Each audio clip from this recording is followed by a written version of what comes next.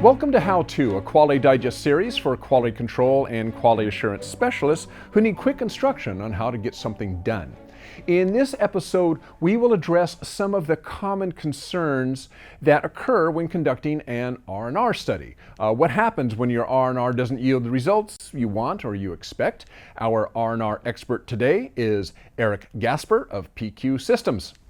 Okay, so Eric, when you're doing a Gage R&R and let's say you finished with it and the results of it aren't quite exactly what you'd like, less than desirable, let's say, what kind of tips or actions can someone take to improve their results? Well, the first thing is you have to kind of consider that an R&R study takes into play a lot of variables. There's a lot of factors that go into it.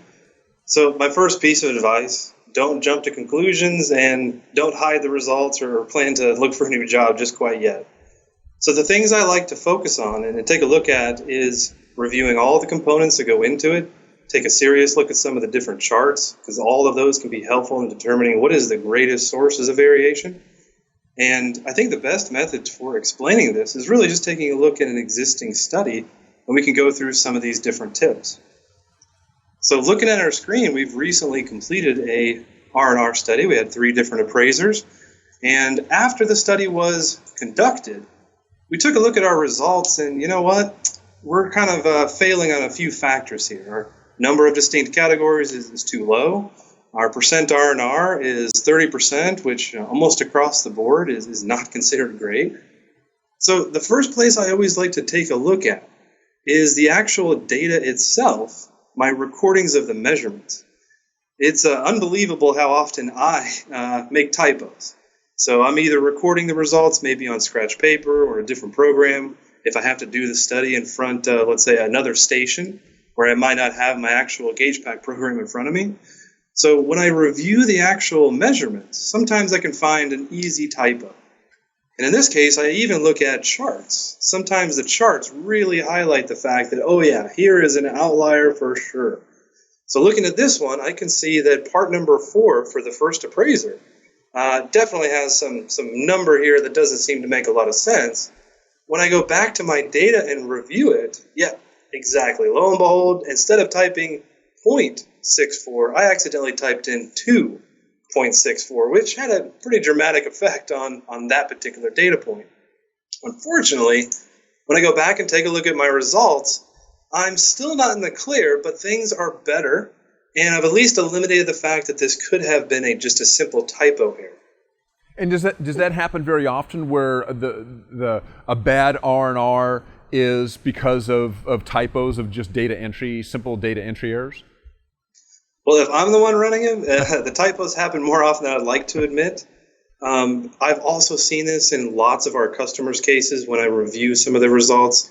A quick typo is something that you might overlook. You're taking the measurements and the recording values kind of at face value. And the reason why I always like to start with double checking the numbers is because you don't want to invest a lot of time and effort and rework, or maybe even changing your process, when it really did just turn out to be a simple typo at the beginning. But overall, once you've kind of eliminated that as the root cause, the next couple of things to check in your list is going to be looking at the AV and the EV. So the EV is your equipment variation, most closely associated with your repeatability. So the ability of one person to get good measurements consistently. And the AV is the appraiser variation. That's when we're kind of comparing and stacking up all of the appraisers in the study to see how well they compare to each other. Now, a good first step is really just looking at those two values, because both of them feed into your R&R result. And if you're looking at ways to make improvements, I always recommend picking the bigger of the two to devote your efforts in making improvements. Okay. Now, the second thing that goes with that is we're going to take a look at some different charts in our example here. And a lot of times the chart is going to give us some extra information about exactly what's going on with either the appraisers, the equipment, or how much variation is really occurring in this measurement system. So after careful review, I've already identified that my appraiser variation is the higher of the two, so I'm going to direct my attention on that. And in my first chart, I can see that appraiser B, the middle appraiser, Ryan, was having the most difficulty getting consistent measurements. Now, if I later check my notes, I can find out that, you know what? Ryan actually works the second shift, but he was nice enough to come in early to participate. So it could be just a case of he had to get up much earlier than normal. He wasn't at his best game. We could either A, redo the test when he's feeling much better, or B, we could also look at and see, you know what, has Ryan been trained? Is he a new employee? Is he familiar with the equipment? All said and done, you only really ever want to make one change to your measurement system. That way, when you have to do a retest, you're only adjusting one variable. So in the end, if it gets better, it stays the same, or it gets worse, you'll know if that change made a positive impact or not. So overall, the real work happens after you've gone through some of these different tips. You verify that the results are, yes, correct.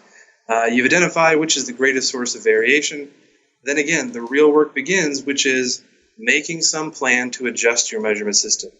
In this case, we might just do some retraining of our appraisers to make sure they're as familiar with the equipment as possible.